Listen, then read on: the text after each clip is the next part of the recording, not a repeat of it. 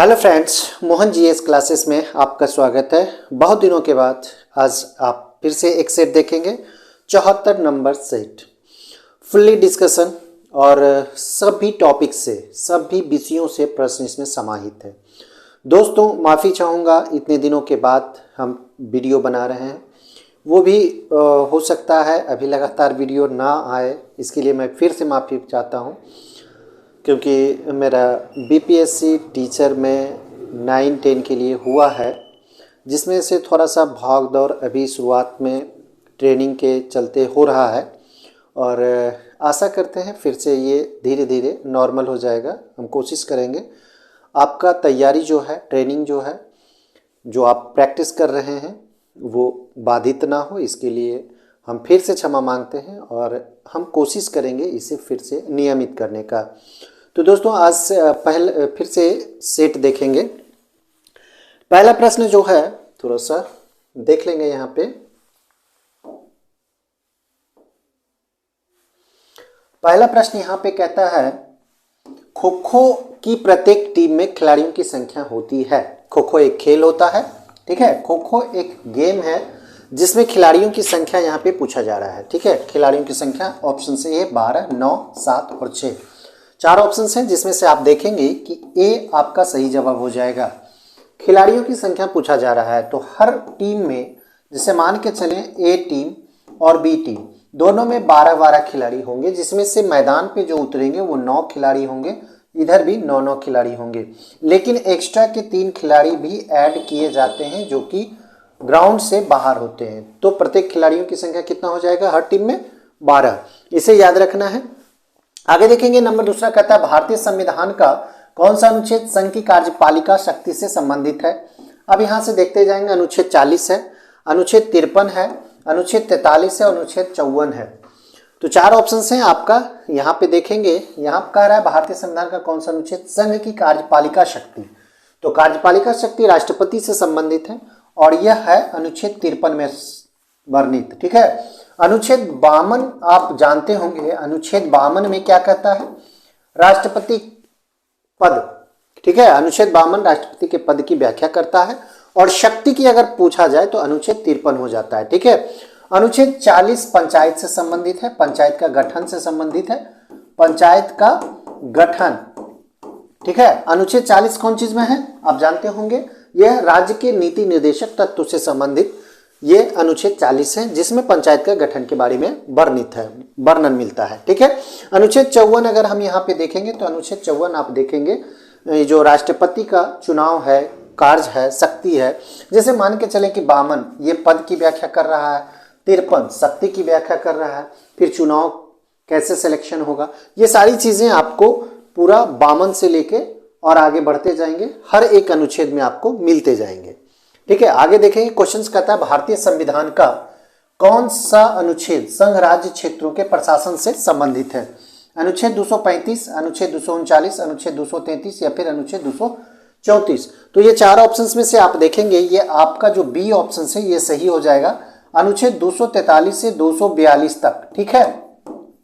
ये क्या करता है? संघ राज्य क्षेत्रों के प्रशासन से संबंधित ये अनुच्छेद है। तो इसे आप नोट कर लेंगे, 239 से 42 तक। निम्नलिखित में कौन सा नृत्य मंदिरों को समर्पित है और पहले सदी के नाम से जाना जाता था? भरतनाट्यम, कथकली, कथक या फिर मणिपुरी। तो यह भरतनाट्यम है। कौन सा हो जाएगा इसका सही जवाब? भरतनाट्यम, ठीक है, भरतनाट्यम। क्वेश्चन आगे देखेंगे, 5वां नंबर सवाल। 5वां क्या कहता है? 5वां कहता है 2005 में किशोरावस्था शिक्षा कार्यक्रम AEP शुरू किया गया था, ठीक है।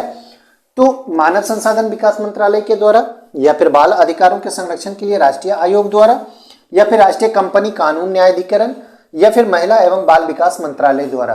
तो ये आप जो देख रहे हैं 2005 में किशोरावस्था शिक्षा कार्यक्रम, जिसे शॉर्ट में AEP भी कहा जाता है, यह मानव संसाधन विकास मंत्रालय के द्वारा चालू किया गया था, जारी किया गया था, शुरू किया गया था, ठीक है।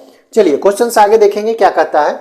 भारतीय संविधान के राज्य की नीति निर्देशक नीति, ठीक है, राज्य के नीति निर्देशक नीति के तहत निम्नलिखित में से कौन सा अनुच्छेद सीधे बच्चों से संबंधित नहीं है? अनुच्छेद 48, 47, 41 या फिर 42। तो अगर बच्चों से संबंधित नहीं है तो अनुच्छेद 48, क्योंकि ये वन और कृषि से संबंधित क्षेत्र चीजें हैं अनुच्छेद 48 में वर्णित। अगला कहता है नील विद्रोह एक कृषक आंदोलन था जो कि बंगाल में हुआ था, भारत में कब से शुरू हुआ था, ये कब हुआ, कब शुरुआत हुआ ये बताना है। सबसे पहले कि नील विद्रोह, ठीक है, नील विद्रोह ये कृषक आंदोलन था, कृषक आंदोलन था जिसे किसान आंदोलन भी कह सकते हैं, इसे किसान भी कह सकते हैं, किसान आंदोलन भी कह सकते हैं। कहाँ हुआ था, तो बंगाल में हुआ था, ठीक है। तो ये 3 पॉइंट आपको याद करने हैं। नील विद्रोह किसान या कृषक आंदोलन से कहा जाता है, बंगाल में हुआ था। 1889 से 1861, 57 या फिर 1859 किस ईस्वी में शुरू हुआ था, तो ये 1859 ईस्वी में शुरू हुआ था नील विद्रोह, ठीक है, जो कि बंगाल के क्षेत्र में हुआ था। पहले जो बिहार, उड़ीसा, झारखंड अभी जो है ये सारा बंगाल के क्षेत्र में आता था। अब देखिए भारत में प्रसिद्ध गोल गुंबद कहाँ स्थित है ये पूछा जा रहा है। बहुत आसान है, चित्तौड़गढ़, औरंगाबाद, अजमेर या फिर बीजापुर। तो इसका सही जवाब बीजापुर हो जाएगा। बीजापुर कहाँ है आप कमेंट करके हमें जरूर बताएं, ठीक है। चलिए आगे देखेंगे। एक भारतीय युद्ध कलाएं क्या है जिसकी उत्पत्ति आधुनिक केरल में हुई थी। केरल राज्य है भारत की जो कि दक्षिण का है। गतका, कराटे, कलरीपायट्टू या फिर माइथाई। तो इसका सही जवाब आप ढूंढेंगे तो कलरीपायट्टू हो जाएगा। ये आधुनिक केरल में हुआ था, ये एक तरह का युद्ध कला है। क्वेश्चन अगला है 10। भारतीय रिजर्व बैंक द्वारा कोविड-19 महामारी से प्रभावित ऋणों के पुनर्गठन के लिए किस समिति का गठन किया गया था ये बताना है। तो आत्रेय समिति, जीवी रामकृष्ण समिति, नरसिंहम समिति या फिर केबी कामत समिति। ये 4 ऑप्शन है आपके पास। तो सबसे पहले आप जाने कि भारतीय रिजर्व बैंक की स्थापना कब हुई थी, 1935 ईस्वी में, ठीक है। 1935 ईस्वी में भारतीय रिजर्व बैंक की स्थापना की गई थी भारत शासन अधिनियम 1935 के द्वारा। और इसका राष्ट्रीयकरण की अगर हम लोग बात कर लें, स्थापना ये हुआ था, स्थापना, ठीक है, इसे आप नोट कर लेंगे। 1949 ईस्वी में इसकी राष्ट्रीयकरण हुआ था। राष्ट्रीयकरण, इसका जो राष्ट्रीयकरण हुआ था, ठीक है, कब हुआ था, 1949 ईस्वी में। तो ये दोनों पॉइंट आपको नोट कर लेने हैं भारतीय रिजर्व बैंक के बारे में, ठीक है। आरबीआई से बोला जाता है। अगर मुख्यालय की हम लोग बात कर लें तो मुख्यालय कहाँ है, मुंबई में है। मुख्यालय कहाँ है, मुंबई में है। ये भी आपको याद रखने हैं, मुख्यालय मुंबई में है, ठीक है। तो केबी कामत समिति इससे जुड़ा हुआ है। ये जो आप क्वेश्चंस यहाँ पे देखेंगे कि कोविड-19 महामारी से जब प्रभावित हुआ था तो ऋणों के पुनर्गठन के लिए किस समिति का गठन किया गया था, इसका सही जवाब केबी कामत समिति हो जाएगा। क्वेश्चन से आगे देखेंगे 11 क्या कहता है, चट्टान या फिर धातु के बड़े टुकड़े जो ज्यादातर मंगल और बृहस्पति के बीच, ठीक है, इस तरह से मंगल और बृहस्पति के बीच सूर्य की परिक्रमा करते हुए पाए जाते हैं। जैसे धूमकेतु है, उपग्रह है, क्षुद्र ग्रह है, भौना ग्रह है। तो इसे क्षुद्र ग्रह कहा जाता है। इसे क्या कहा जाएगा, क्षुद्र ग्रह कहा जाएगा, ठीक है। क्वेश्चंस, भारत में राष्ट्रीय राजमार्ग एवं अवसंरचना विकास निगम लिमिटेड की स्थापना किस वर्ष हुई थी। ध्यान से देखें, भारत में राष्ट्रीय राजमार्ग एवं अवसंरचना विकास निगम लिमिटेड की स्थापना किस वर्ष हुई थी। तो आपको बताने हैं 2012, 2013, 2014 या फिर 2017। ये 4 ऑप्शन हैं आपके पास। तो इसका सही जवाब आप यहां देखेंगे 2014 में इसकी स्थापना की गई थी। ध्यान से देखना, भारतीय राष्ट्रीय राजमार्ग एवं अवसंरचना विकास निगम लिमिटेड, इसकी स्थापना 2014 में हुई थी। क्वेश्चन कहता है निम्नलिखित में किसने कहा था कि भारतीय संविधान सर्वप्रथम और सर्वाधिक महत्वपूर्ण एक सामाजिक दस्तावेज है। क्वेश्चंस बेहद इंपॉर्टेंट है, सारे क्वेश्चंस इंपॉर्टेंट है। ये VBI की श्रेणी में आप रख सकते हैं इसे। विंस्टन चर्चिल के द्वारा यह कथन दिया हुआ है, ग्रैनविल ऑस्टिन है या फिर MB पाइली है या किसी वेयर है। तो ध्यान से देखें, भारतीय संविधान सर्वप्रथम और सर्वाधिक महत्वपूर्ण एक सामाजिक दस्तावेज है, ये किसने कहा था। तो ये कथन है ग्रैनविल ऑस्टिन का। ये कथन किसका है, ग्रैनविल ऑस्टिन का है। भारतीय संविधान सर्वप्रथम और सर्वाधिक महत्वपूर्ण एक सामाजिक दस्तावेज है। बहुत इंपॉर्टेंट है, इसको आप नोट कर लेंगे। चलिए 14 कहता है उष्णकटिबंधीय पर्णपाती वनों के संबंध में निम्नलिखित में से कौन सा कथन सही है। यह है क्वेश्चन आपका। 4 ऑप्शंस में है, आप देख ले सकते हैं। ये वनभारी हिमपात वाले क्षेत्रों में पाए जाते हैं, ठीक है। चलिए ये सही नहीं है। ये वन उन क्षेत्रों में पाए जाते हैं जहां वर्ष के कुछ हिस्सों में भारी वर्षा होती है, फिर अतिशुष्क मौसम है। ये हो सकता है, उपयुक्त है। ये वन बहुत कम वर्षा वाले क्षेत्रों में पाए जाते हैं, ये भी नहीं होगा, ये भी नहीं होगा। ये सदाबहार वन, ये भी नहीं होगा। तो इसका सही जवाब तो यही होगा, ठीक है। तो इसे आप देख लेंगे। आगे देखेंगे नंबर 15, उत्तर प्रदेश और आसपास के क्षेत्र की महिलाओं द्वारा, उत्तर प्रदेश और आसपास के क्षेत्र की महिलाओं द्वारा बरसात के मौसम में गाया जाने वाला एक लोकगीत बताना है, ठीक है। उत्तर प्रदेश में बिहू है, दसकचिया है, कजड़ी है या फिर भूता है। तो ये कजड़ी गीत गाई जाती है उत्तर प्रदेश में, खास करके बरसात के मौसम में जो गाया जाने वाला लोकगीत होता है उत्तर प्रदेश का, उसे हम लोग कजड़ी के नाम से जानते हैं, ठीक है। बरसात के दिनों में यह गाया जाता है। 16, निम्नलिखित किसने निदेशक सिद्धांतों को बैंक द्वारा देय चेक के रूप में वर्णित किया जब बैंक के संसाधन अनुमति देते हैं? ये किसने कहा था, ठीक है, किसने इस चीज को बोला है? CD Deshmukh, Granville Austin, Ivor Jennings या केटी शाह? तो ये कथन है केटी शाह का। ये कथन किसका है? केटी शाह का है। आगे क्वेश्चंस देखेंगे। 17, निम्नलिखित में कौन सा शहर व्यापार, धर्म, संस्कृति का एक बड़ा केंद्र था और गुप्त साम्राज्य की दूसरी राजधानी बन गई थी? बनारस, उज्जैन, पाटलिपुत्र या फिर कौशाम्बी? तो देखिए यहां पूछ रहा है गुप्त साम्राज्य की दूसरी राजधानी बन गया, पकड़ना है यहीं से। व्यापार, धर्म और संस्कृति का एक बड़ा केंद्र था, तो यह उज्जैन था। कौन था? उज्जैन। क्वेश्चंस का उपयुक्त आंसर है। आगे देखेंगे निम्नलिखित में कौन सा कुमायूं हिमालय का सही विवरण है? अब देखिए 4 ऑप्शंस यहां पे आपको देखना है।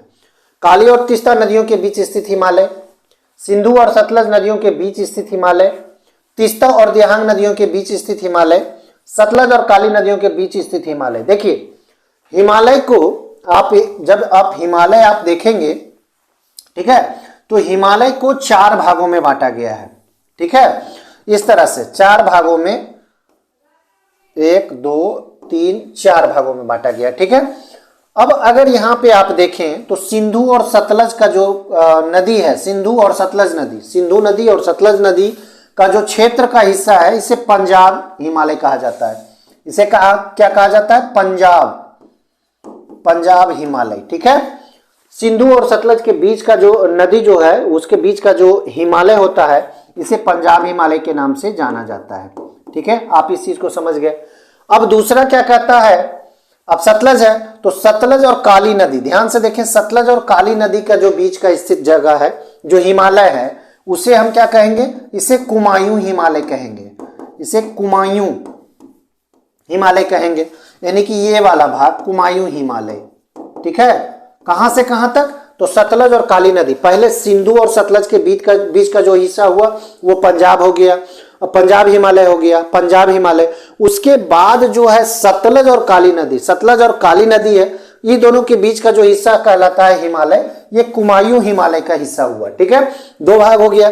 तीसरा भाग हो गया काली नदी से होगा, काली नदी और तीस्ता नदी के बीच, काली नदी और तीस्ता नदी के बीच मान के चलिए ये है, तो ये नेपाल हिमालय कहलाता है। कौन सा हिमालय ये कहलाएगा? नेपाल हिमालय, ठीक है, नेपाल हिमालय। अब कह रहा है तीस्ता नदी तो हो गया, अब तीस्ता नदी और दिहांग नदी, दिहांग नदी कहां है? आसाम में है, याद रखना है इस चीज को। दिहांग नदी कहां है? अरुणाचल प्रदेश में ये इन करता है दिहांग। देखिए हम बताते हैं कि अरुणाचल प्रदेश जो दिहांग स्थान है एक, जहां से ब्रह्मपुत्रा नदी इन करती है, ब्रह्मपुत्रा नदी क्या करती है? इन करती है, उस जगह को दिहांग कहते हैं, ठीक है। वहां जो किनारे का हिस्सा है उसे हम दिहांग कहते हैं, और यही कारण है कि ब्रह्मपुत्र नदी को यहां पे दिहांग के नाम से जाना जाता है अरुणाचल प्रदेश में। याद रखना है, ब्रह्मपुत्र नदी जब उधर चीन से आती है तो वो अरुणाचल प्रदेश में इन करती है, और वो जो किनारे का हिस्सा है, ये हिमालय के सबसे किनारे का हिस्सा है, वो दिहांग कहलाता है, और जहां से ब्रह्मपुत्र घुसती है वो भी दिहांग के नाम से जाना जाता है। इसलिए ब्रह्मपुत्र नदी को यहाँ पे दिहांग ही कहा जाता है, ठीक है। अरुणाचल प्रदेश में ब्रह्मपुत्र नदी को दिहांग के नाम से जाना जाता है। तो ये जो तीस्ता नदी और दिहांग नदी, दिहांग मतलब हम बता दिए यहाँ पे क्या है? ब्रह्मपुत्र नदी है, ठीक है। तीस्ता और दिहांग नदी के बीच का जो स्थित हिमालय है, इसको असम हिमालय कहा जाता है। कौन सा हिमालय ये हो गया? असम हिमालय हो गया। तो आपको ये ध्यान देने हैं, पंजाब हिमालय, कुमायूं हिमालय, नेपाल हिमालय और असम हिमालय, 4 प्रकार के में इसे बांट दिया गया है। ये जो यहां से ध्यान से देखेंगे, ये अगर हम इसको मान लें सिंधु नदी और ये हो जाएगा सतलज नदी। तो ये सिंधु और सतलज के बीच का जो भाग होता है हिमालय का, ये पंजाब कहलाता है। अच्छा से याद कर लें, बहुत इंपॉर्टेंट है ये। उसके बाद ये जो सतलज नदी है, सतलज नदी और फिर यहाँ पे हम लोग देखेंगे काली नदी। तो सतलज और काली के बीच जो नदी हिस्सा है ये कुमायूं हिमालय के नाम से जाना जाता है। और फिर काली नदी यहाँ अगर है तो उसके बाद जो नदी है इसको हम तीस्ता नदी कहते हैं, ठीक है। तो काली नदी और तीस्ता नदी के बीच नेपाल हिमालय हो गया। फिर यहाँ तीस्ता नदी और दिहांग नदी कि ये बीच का जो हिस्सा कहलाता है हिमालय का, ये असम हिमालय कहलाता है। आशा है समझ गए होंगे आप। तो कुमायूं हिमालय का सही विवरण, तो कुमायूं हिमालय ये वाला, ये डी ऑप्शन आपका सही हो जाएगा, ठीक है। समझ गए होंगे आप लोग। आगे देखेंगे क्वेश्चन 19 क्या कहता है। गुरुत्वाकर्षण, पवन, जल के घनत्व द्वारा संचालित समुद्री जल की निरंतर, ध्यान से देखें, निरंतर पूर्वानुमेय दिशात्मक गति क्या कहलाती है। ध्यान से क्वेश्चंस को समझ लिया करें पहले, बहुत इंपॉर्टेंट क्वेश्चन है ये, ज्यादा चांसेस है यही सारे क्वेश्चंस आने के। गुरुत्वाकर्षण, पवन और जल का घनत्व द्वारा संचालित समुद्री जल की निरंतर पूर्वानुमेय दिशात्मक गति क्या कहलाती है। अब ऑप्शन यहाँ देखें, महासागरीय धारा है, महासागरीय बाइट, महासागरीय पट्टी या फिर महासागरीय जलडमरू मध्य। तो आसान है ये तो महाधारा ही कहलाएगा, ठीक है, महासागरीय धारा ही ये कहलाएगी। क्वेश्चन अगला कहता है, निम्नलिखित में कौन सा त्योहार उड़ीसा में नृत्य और रेत कला से संबंधित है। कोणार्क उत्सव, पुष्कर, ये त्रिशूर, हॉर्नबिल उत्सव। तो ये नृत्य और रेत कला से संबंधित अगर हम यहाँ पे बात कर ले तो ये कोणार्क उत्सव ही कहलाएगा, ठीक है। आगे देखेंगे 21 नंबर क्या कहता है। कोणार्क आप जानते होंगे, कोणार्क किस लिए प्रसिद्ध है, सूर्य मंदिर के लिए प्रसिद्ध है, याद रखना है, ये उड़ीसा में है। आगे है, किस वैज्ञानिक ने माना था कि प्रकृति में केवल 56 तत्व यानी कि 56 तत्व मौजूद हैं। जॉन न्यूलैंड्स थे या फिर डोब्राइनर थे, दमित्री इवानोविच मेंडलीव थे, मैरी क्यूरी थी। तो इसका सही जवाब अगर आप देखेंगे तो जॉन न्यूलैंड्स हो जाएगा, ठीक है। इसने सिर्फ माना था 56 तत्वों को ही माना था, ठीक है। क्वेश्चन आगे देखेंगे। 22 नंबर सवाल क्या कहता है। 22 कहता है, गतिमान भागों के बीच एयर कुशन की क्या भूमिका है। गतिमान भागों के बीच एयर कुशन की क्या भूमिका है। ऑप्शन, घर्षण को कम करने के लिए, घर्षण बढ़ाने के लिए, चिकनाई कम करने के लिए या फिर गति को रोकने के लिए। 4 ऑप्शन हैं आपके पास। तो एयर कुशन क्या करता है, घर्षण को कम करता है। ध्यान से देखना है, एयर कुशन क्या करता है, घर्षण को कम करता है। क्वेश्चंस देखें ध्यान से। निम्नलिखित में से किस मामले में उच्चतम न्यायालय ने फैसला सुनाया कि उच्च न्यायालय और उच्चतम न्यायालय दोनों का अधिकार क्षेत्र संविधान के मूल ढांचे का एक हिस्सा है। आपके पास 4 ऑप्शन हैं। केशवानंद भारती मामला है, एक चंद्र कुमार मामला है, एक मिनर्वा मिल्स मामला है, एक कोयलो मामला है। तो ध्यान से इस चीज को समझ लें, किस मामला में उच्चतम न्यायालय ने फैसला यानी कि सुप्रीम कोर्ट ने फैसला सुनाया था कि उच्च न्यायालय यानी कि हाई कोर्ट और सुप्रीम कोर्ट दोनों का अधिकार क्षेत्र संविधान के मूल ढांचे का एक हिस्सा है। दोनों का अधिकार क्षेत्र संविधान के मूल ढांचे का एक हिस्सा है। तो यह चंद्र कुमार मामला में सुनाया गया था, जो कि लगभग 1997 के आसपास आया था। क्वेश्चन कहता है, मालवा संस्कृति, ठीक है, निम्नलिखित में किससे संबंधित है। कांस्य युग, ताम्रपाषाण, नवपाषाण या फिर पुरापाषाण। तो ये ताम्रपाषाण से संबंधित है, ये मालवा संस्कृति। क्वेश्चन से आगे देखेंगे क्या कहता है। 6 से 14 वर्ष की आयु के सभी बच्चों को मुफ्त और अनिवार्य शिक्षा प्रदान करने के संबंध में नए अनुच्छेद 21A को भारत के संविधान में किस संशोधन के माध्यम से जोड़ा गया। ये अनुच्छेद 21A जो आप देख रहे हैं यहाँ पे, ये क्या है, ये क्या है, ये अधिकार है आपका। क्या है, अधिकार है, ठीक है, ये आपका अधिकार है जिसे हम लोग मौलिक अधिकार कहते हैं, ठीक है, मौलिक अधिकार इसको हम कहते हैं। ये दिया गया है, 21A जोड़ा गया है, ठीक है, जो कि 86वां संविधान संशोधन, 73वां संविधान संशोधन, 64वां, 42वां संविधान संशोधन। तो ये अधिकार दिया गया 86वां संविधान संशोधन 2002 के द्वारा, ठीक है। 86वां संविधान संशोधन 2002 में हुआ था, जिसमें 21A के तहत इसको एक अधिकार बना दिया गया, मौलिक अधिकार बना दिया गया। 6 से 14 वर्ष की आयु के सभी बच्चों को मुफ्त और अनिवार्य शिक्षा प्रदान करना किसका काम है, ये राज्य का काम है। क्वेश्चन, हिमालय में कितनी अनुदैर्ध्य समांतर श्रेणियां हैं। 3, 5, 6, 4 अभी हमने बताया था, ठीक है, तो हमने इस तरह से बताया था, ठीक है। अब आपको यहां अनुदैर्ध्य पूछ रहा है, तो अनुदैर्ध्य पूछ रहा है तो हमने 3 बनाई थी, तो ये कौन है, ये कौन है, ये कौन है, ये बताना है। तो इसे ग्रेट हिमालय भी कहा जाता है, ग्रेट हिमालय, ठीक है, ग्रेट हिमालय,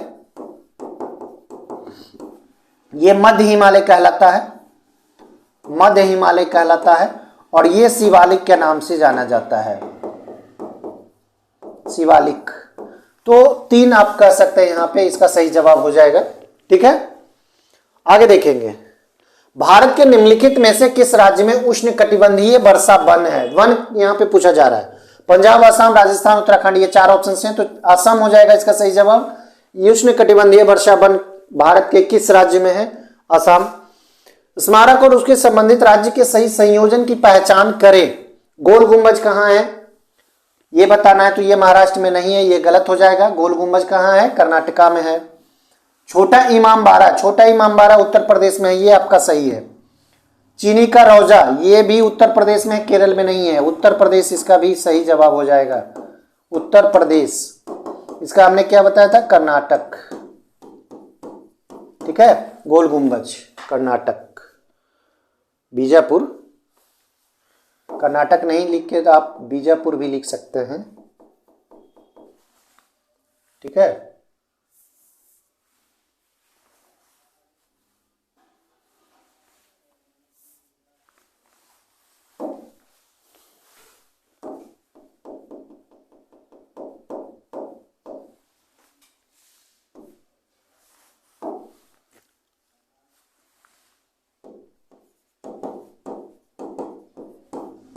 चलिए, कोणार्क सूर्य मंदिर हमने कुछ देर पहले बताया, ये उड़ीसा में है, तो ये भी गलत है आपका, ठीक है। तो छोटा इमामबाड़ा ये उत्तर प्रदेश में, ये आपका सही है। चीनी का रोजा ये लखनऊ में पड़ता है, उत्तर प्रदेश में है। कोणार्क सूर्य मंदिर उड़ीसा है। गोल गुंबज बीजापुर है। तो इन सारी चीजों को भी आपको याद रखना है। सीरम इंस्टीट्यूट ऑफ इंडिया, जिसे SII बोला जाता है, में स्थित कहाँ है? मुंबई, पुणे, बेंगलुरु, नई दिल्ली। आसान है ये तो, पुणे मार देंगे आप लोग आसानी से।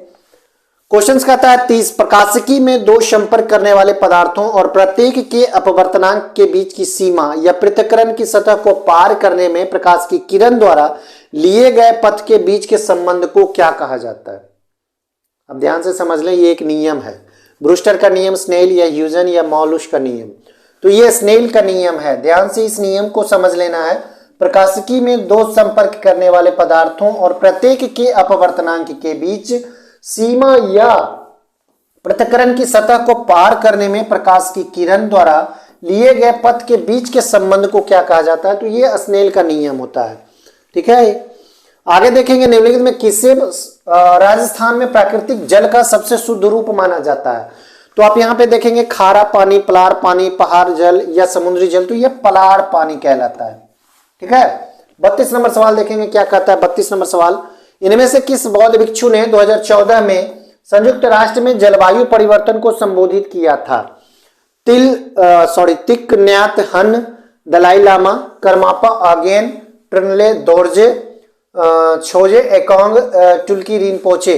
तो तिक न्यात हन इसका सही नाम है। ये बौद्ध भिक्षु है जो 2014 में संयुक्त राष्ट्र में जलवायु परिवर्तन को क्या किया था? संबोधित किया था।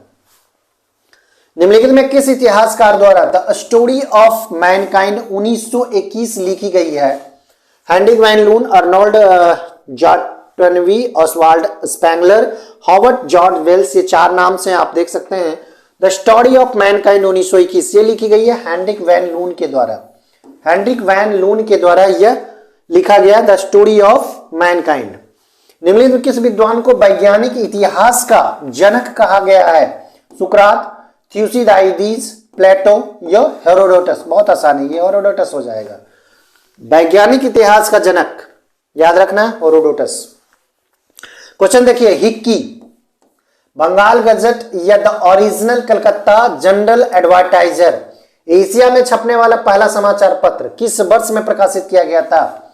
बंगाल गजट इसे शॉर्टकट में बोला जाता है, ध्यान से देखना है। बंगाल गजट सबसे पहला, बंगाल गजट, ठीक है, एशिया का सबसे पहले छपने वाला समाचार पत्र था, ठीक है। एशिया में सबसे पहला समाचार पत्र, पहला समाचार पत्र कहां का? एशिया का, भारत का ही नहीं एशिया का पहला समाचार पत्र जो छपा था उसका नाम बंगाल गजट था। ऑप्शंस आप देख सकते हैं 1780, 82, 78 या 77। तो ये 1780 में छपा था, ठीक है, भारत में बंगाल गजट। इसे बोला जाता the original Calcutta general advertiser, ठीक है। क्वेश्चन आगे देखेंगे। रेलवे बोर्ड की पहली महिला सीईओ और अध्यक्ष के रूप में किसे नियुक्त किया गया? देखिए ये करंट से क्वेश्चन आ रहे हैं। रेखा सिन्हा, सुनीता शर्मा, अनन्या पटेल, जया वर्मा सिन्हा। जया वर्मा सिन्हा इसका सही जवाब हो जाएगा। क्वेश्चन अगला देखेंगे क्या कहता है।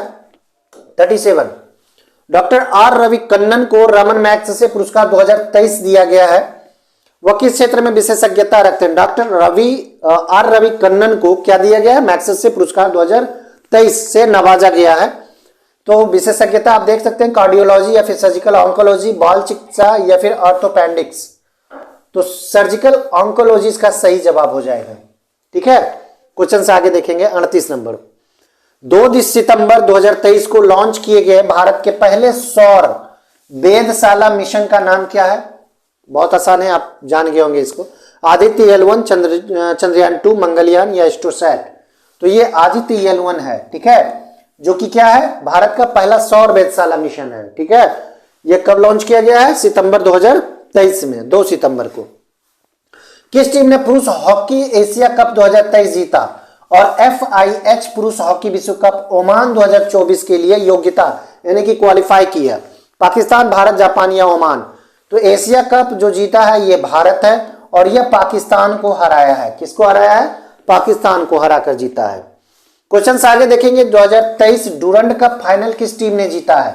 Durand Cup final East Bengal FC, Mohun Bagan Super Giant, Chennaiyin FC, Kerala Blaster FC। तो ये मोहन बगान सुपर जॉइंट जीता है। किसको हराया है? तो ये ईस्ट बंगाल FC को हराया है, ठीक है, ईस्ट बंगाल FC को। क्वेश्चन अगला है। चंद्रमा की सतह पर सॉफ्ट लैंडिंग कराने के उद्देश्य से किस देश ने 7 सितंबर 2023 को चंद्र लैंडर जिसका नाम है SLIM लॉन्च किया है? चीन, भारत, जापान या फिर रूस। तो ये जापान हो जाएगा। इसके मिशन का क्या नाम है? SLIM, ठीक है, SLIM लॉन्च किया है, चंद्रयान लैंडर है ये। नई दिल्ली में आयोजित 18वें G20 शिखर सम्मेलन में भारत की ओर से G20 की अध्यक्षता किसने ग्रहण की? याद रखना है, बहुत इंपॉर्टेंट है। नरेंद्र मोदी, लुइज इनासियो लूला दा सिल्वा, शी जिनपिंग, व्लादिमीर पुतिन। तो यहां पे किया जा रहा है भारत की ओर से G20 की अध्यक्षता किसने ग्रहण की? तो मेरे ख्याल से तो यहाँ पे नरेंद्र मोदी ही होनी चाहिए, लेकिन यहाँ पे ऑप्शन से यहाँ पे अगर आप दिया गया अध्यक्षता दिया गया तो लीज इनोसी लूला द सिल्वा हो जाएगा इसका सही जवाब, ठीक है। क्वेश्चन को ध्यान से समझ लेंगे आप लोग। पौधा किस्म पंजीकरण, ध्यान से ये पूरा वर्ड देख लें। पौधा किस्म पंजीकरण के संदर्भ में किसानों के अधिकारों को शामिल करने वाला दुनिया का पहला देश कौन सा था? समझ में आ गया? पौधा किस्म पंजीकरण के संदर्भ में किसानों के अधिकारों को शामिल करने वाला दुनिया का पहला देश कौन सा था? तो संयुक्त राज्य अमेरिका, चीन, भारत या ब्राजील। तो यह भारत हो जाएगा। 44 नंबर सवाल देखेंगे। नए संसद भवन के वास्तुकार, नया जो संसद भवन बना है उसका वास्तुकार बताना है। राजपाल रेवल, विमल पटेल, अनुपमा कुंडू, बीवी दोषी। बहुत आसान है, ये क्वेश्चंस आ चुका है, बीपीएससी में भी आया है। विमल पटेल नए संसद भवन के वास्तुकार है। विश्वविद्यालय अनुदान आयोग जिसे यूजीसी शॉर्टकट में कहते हैं कि अध्यक्ष कौन है? अभी ये बताना है। एम जगदीश कुमार निशंक है, रमेश पोखरियाल है, अमित खरे या फिर कस्तूरी रंगन है। तो जगदीश कुमार निशंक जो है ये विश्वविद्यालय अनुदान आयोग जो यूजीसी के नाम से जानते हैं, ठीक है। महिला आरक्षण विधेयक का आधिकारिक नाम पूछ रहा है यहाँ पे, आसान है। महिला सशक्तिकरण विधेयक ये तो होगा नहीं। लैंगिक समानता विधेयक ये भी नहीं है। नारी शक्ति बंधन अधिनियम इसे नाम दिया गया है, ये भी नहीं होगा। तो नारी शक्ति बंधन अधिनियम को ही महिला आरक्षण विधेयक का आधिकारिक नाम है, ठीक है। नई दिल्ली में पुराने संसद भवन का आधिकारिक तौर पर नाम बदलकर कर दिया गया। जो पुराना संसद भवन था पहले उसका क्या नाम रखा गया? राज्यसभा भवन नहीं, लोकसभा भवन नहीं, संविधान सदन, यस, पुराना संसद सदन नहीं, संविधान सदन के नाम से इसे जाना जाएगा, ठीक है। अब आगे देखेंगे 48 2023 में Dada Saheb Phalke life time achievement पुरस्कार, Dada Saheb Phalke life time achievement पुरस्कार के प्राप्तकर्ता कौन है? अमिताभ बच्चन, शाहरुख खान, वहीदा रहमान या फिर दिलीप कुमार? तो ये वहीदा रहमान इसका सही जवाब हो जाएगा। 2023 की बात हम कर रहे हैं, दादा साहब फाल्के अचीवमेंट पुरस्कार। किस महिला क्रिकेट टीम ने हांगझू में चीन में एशियाई खेलों में स्वर्ण पदक जीता? चीन के हांगझू में ये एशियाई खेल हुआ जिसमें क्रिकेट को शामिल किया गया था और इसमें स्वर्ण पदक जीता। किसने जीता ये बताना है। भारतीय महिला क्रिकेट टीम, चीन महिला क्रिकेट टीम, श्रीलंकाई महिला क्रिकेट टीम, पाकिस्तानी महिला क्रिकेट टीम? तो इसका सही जवाब हो जाएगा भारतीय महिला क्रिकेट टीम, जो कि श्रीलंका को हराया था। ठीक है, और इसमें गोल्ड मेडल भारतीय क्रिकेट टीम को मिला, महिला टीम को भी और पुरुष टीम को भी, याद रखना है इस चीज को। आज का अंतिम सवाल है 50। मेगा स्वच्छता अभियान 1 तारीख 1 घंटा 1 साथ अभियान का उद्देश्य क्या है? ध्यान से पढ़ लें। मेगा स्वच्छता अभियान 1 तारीख 1 घंटा 1 साथ दिवाली मनाने के लिए, गांधी जयंती मनाने के लिए, क्रिकेट को बढ़ावा देने के लिए, खरीदारी को प्रोत्साहित करने के लिए। 4 ऑप्शंस में से जैसे ही आप देखेंगे गांधी जयंती मनाने के लिए ये किया गया था 2 अक्टूबर को 1 तारीख 1 घंटा 1 साथ। ठीक है, तो दोस्तों वीडियो कैसा लगा लाइक और कमेंट जरूर करें। वीडियो के बारे में हमें ये बताएं कि कैसा लगा आपको, और अभी तक आपने सब्सक्राइब नहीं किया तो चैनल को सब्सक्राइब कर लें और ज़्यादा से ज़्यादा हो सके तो शेयर करें। दोस्तों आपका एक शेयर मेरे लिए बहुत इंपॉर्टेंट है, इसलिए शेयर जरूर करें। अगले वीडियो तक के लिए धन्यवाद।